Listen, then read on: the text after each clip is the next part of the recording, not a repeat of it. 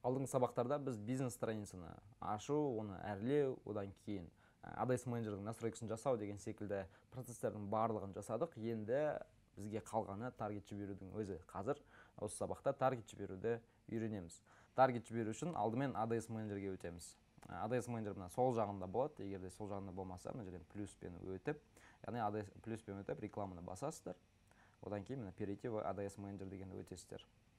Осылай загрузка ADS менеджер деп шығады. Осы бетте бүкіл процесстердің барлығы жасалады осы жерде. Жаңағыдай рекламаны жіберу, оны өшіру, өзгерту, одан кейін аналитикасын шығару, жаңағыдай CTR-ын қарау, CPM деген секілді барлығын осы жерден көреміз. Осы жерден жасаймыз. Енді кеттік таргет жасау үшін біздер создать батырмасын басамыз. Осы жерден цель компания деген жерде трафикті таңдаймыз. Трафик таңдағаннан кейін мына жерде төменде назовите свою компанию деген бар. Осының үстіне басасыздар, және де қазір мына жақтан ақпараттар толтырамыз. Ең алдымен компания деңгейінде бұл жерде біз өзіміздің қандай реклама жіберіп жатқанымызды жазсақ болады. Және де біздің рекламамыздың жүру уақытын жазып қояйық, себебі реклама қай уақытта тоқтайтынын бірден көріп отырамыз. Барынша өзімізге түсінікті болатындай болу керек, және де бұны біздің клиенттер көрмейді, бұны тек қана өзіміз ғана көреміз. Келесі группа повеление деңгейінде біз өзіміздің рекламамызды кімдерге көрсететінімізді енгіземіз. Мысалға мен аламын бизнесмендер. Интернет-маркетологтың рекламасын жіберіп жатырмын, бизнесмендер и жасы 25-45. Келесі объявление деңгейінде біз не жібереміз рекламаға? Баннер жібереміз бе, видео жібереміз бе? Соны жазамыз. Мен рекламаға баннер жіберемін. Келесі продолжить басамыз. Бізде осындай бет шығады.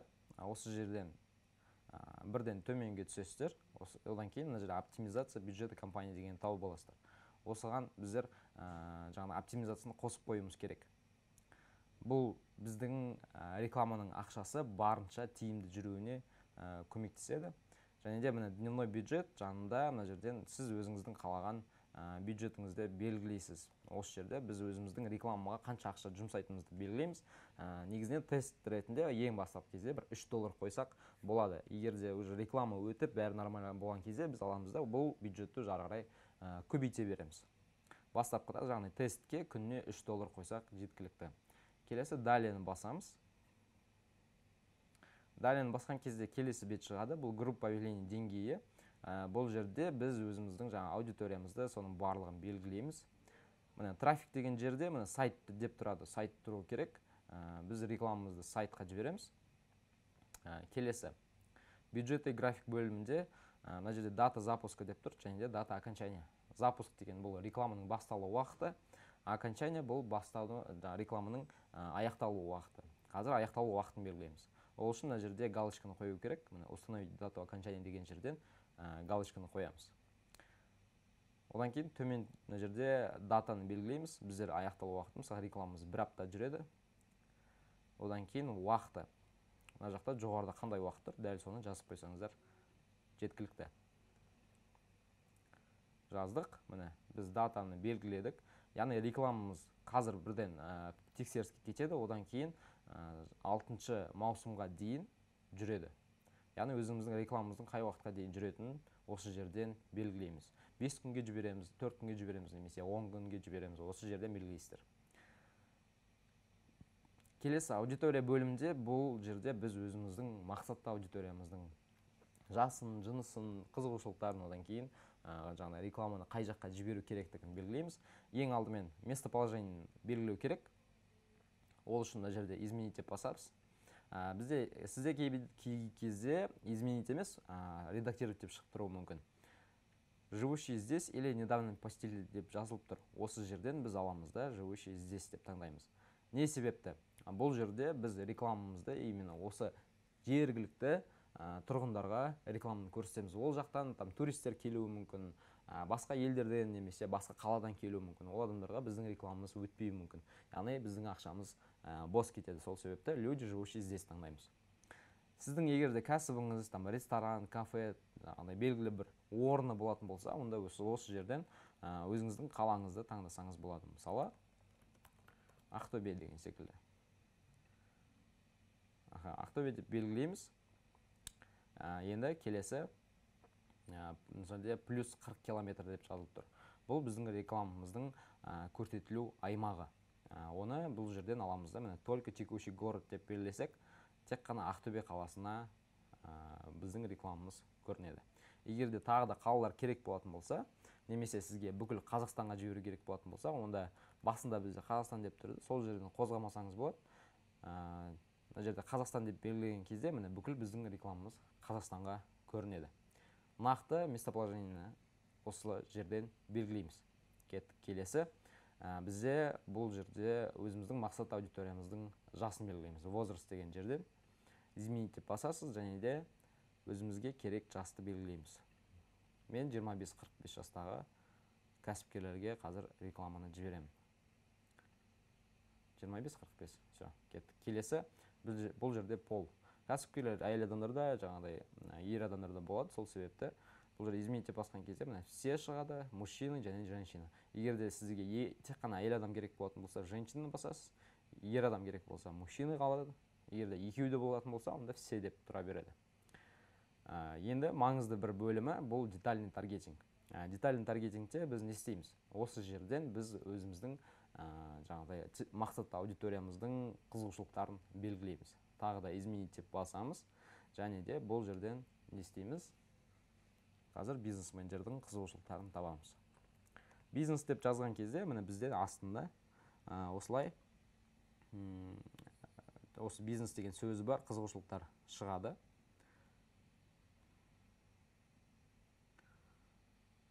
Міне малый и средний бизнесті белгіледік.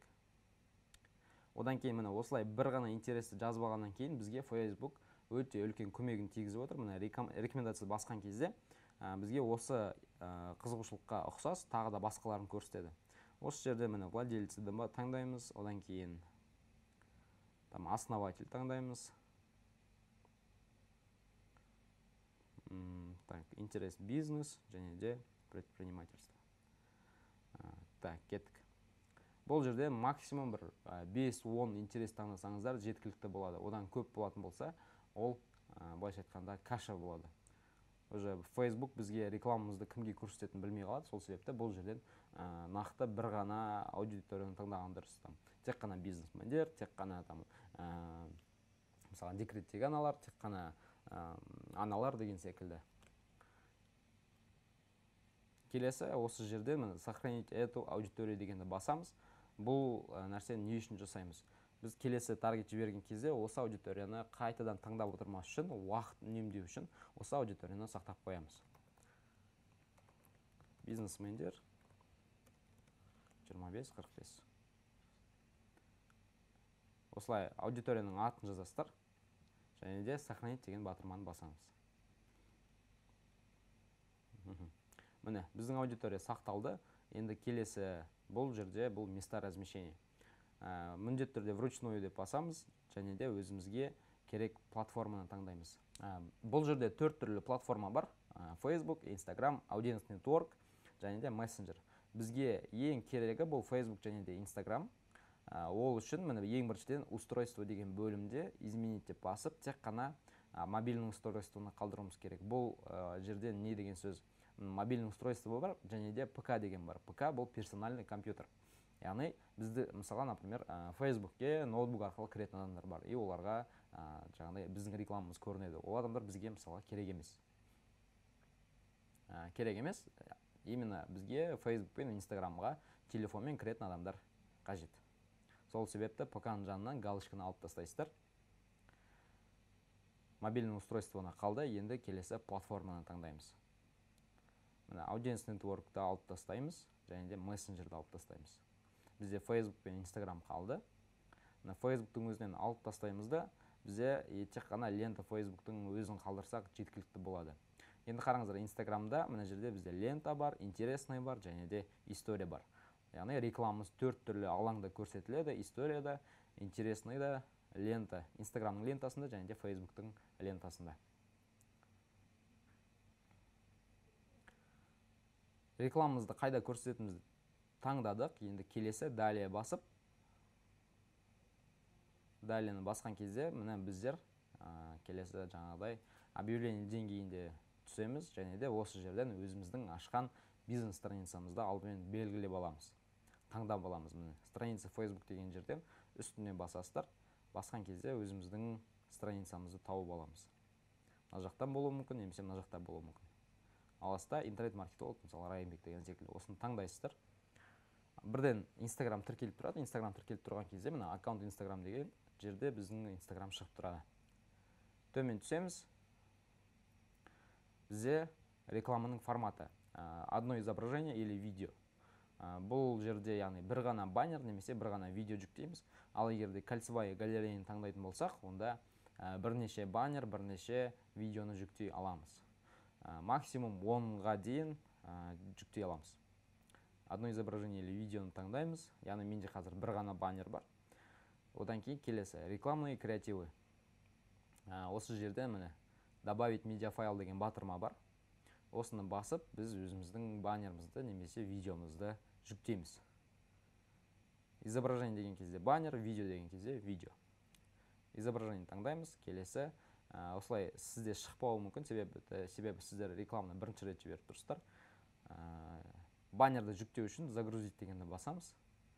Біздің неміз баннеріміз уже неде тұру керек. Неде рабочий столда қойып қойсаңыз бірден осылай табылады. Одан кейін осы баннерді жүктейміз. Баннер жүктелді. Келесі далені басамыз. Және де готово деп басамыз. Готово деп басамыз. Міне кеттік. Біздің мына жерде сізде включить предпросмотр деген мына жерде сізде шықпауы мүмкін. Осы жерден аласыздар. Міне көк кнопка айналдырған кезде біздің рекламамыз адамдарға қалай көрінетінін осы жерден байқаймыз. Кеттік. Основной текст жазамыз. Енді қараңыз, основной текст деген жерден біз не істейміз? Өзіміздің офферімізді,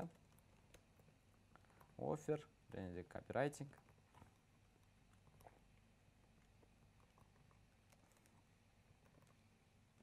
Одан кейін call to action, яғни іс-әрекетке шақыру, осының барлығын осы жерде жазасыздар.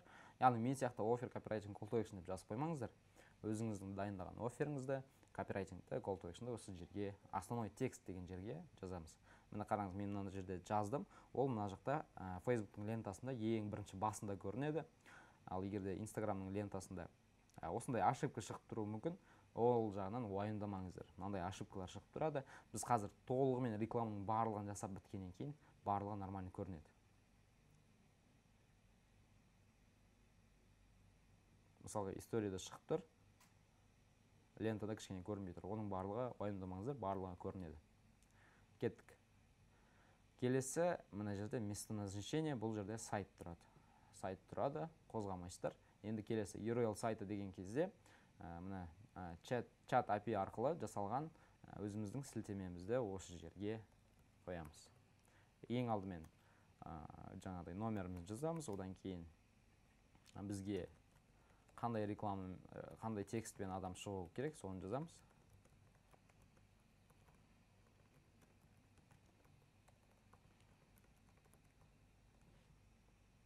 Сформировать деп басып, бізде мына жердегі сілтемені көшіріп аламыз. Келесі қайттан ADS менеджерге өтемізде, міне URL сайты деген жерден осы сілтемені қоямыз.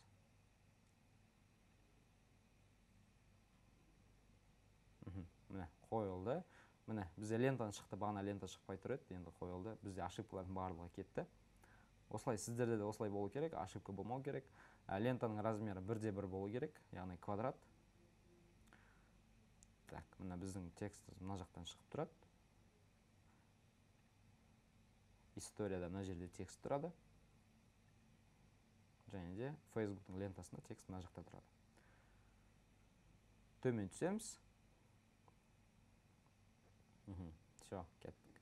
Бізде ең соңғы қалғаны енді опубликовать деген батырманы басу. Осы батырманы басу арқылы біз ары қарай таргетті Facebook'тың тексерісіне жібереміз. Facebook біздің рекламамызды қанша уақыт тексереді? Егер де біз рекламаны ең алғаш жасап жатқан болсақ, көбімізде осылай ең алғаш жасап жатқан кезде біздің рекламамызды максимум 48 сағат тексереді. Ал егерде уже бір емес бірнеше рекламаны жіберіп бастаған кезде, уже мысалы келесі рекламаны, мына реклама жүріп бітеді немесе жүріп жатқан кезде екінші рекламаны жасайтын болсақ, онда ол уже бізде максимум 24 сағат тексеріледі. Енді қараңыздар, біздің рекламамыз статусы тұр на проверке. Бірнеше статус бар.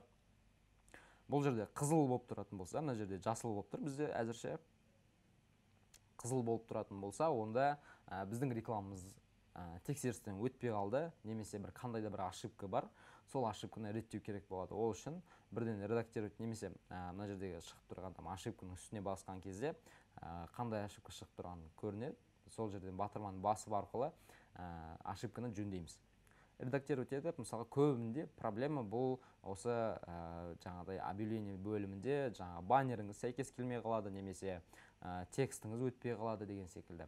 Осы нәрсе болады. Сол себепті бірден осы объявление деңгейіндегі өтіп, ішінен жаңағыдай текстті дұрыстаймыз, баннер размер келмейтін болса размерін келтіреміз деген секілді жаңағыдай жөндеу жұмыстарын жүргіземіз. Одан кейін келесі статус показы, бұл действующий деген нәрсе бар. Действующий дегеніміз бұл біздің рекламамыз уже жаңағы неге кетті. Тексерістен өтті, ары қарай уже рекламамыз жүріп бастады деген сөз.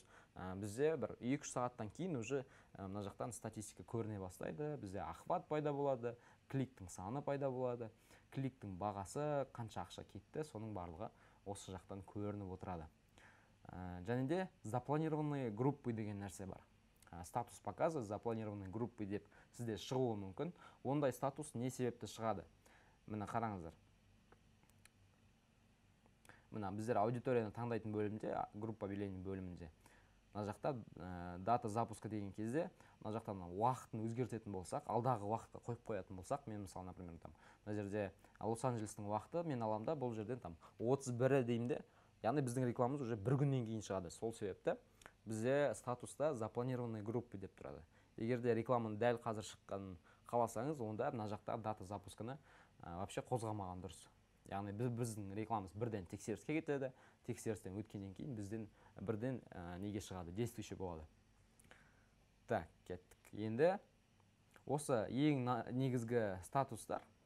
Егер де рекламаны өшіру керек болатын болса, мына жақта включить, выключить деген VKL және де выкл деген осындай не бар. Сөздер жазылып тұр. Осының үстінен басқан кезде біздің батырмамыз сұр түске айналады. Яғни біздің рекламамыз статусы бірден выключен дегенге өзгереді. Қайтадан қосып қоямыз на проверке. Статус показа және де завершен деген нәрсе бар. Завершен дегеніміз біздің рекламамыз өзінің уақытымен толығымен аяқталды деген сөз. Яғни рекламамыз өзінің уақытына дейін жүріп бітті. Сол кезде статус бізде завершен деп шығады. Қараңыздар, сіздер ең алғашқы өздеріңіздің таргеттеріңізді жасап бастадыңыздар. Таргеттеріңіз жақсы жүреді деген ойдамын. Алдағы сабақтарда біраз нәрсені үйренетін боламыз. Келесі сабақтарда кездескенше.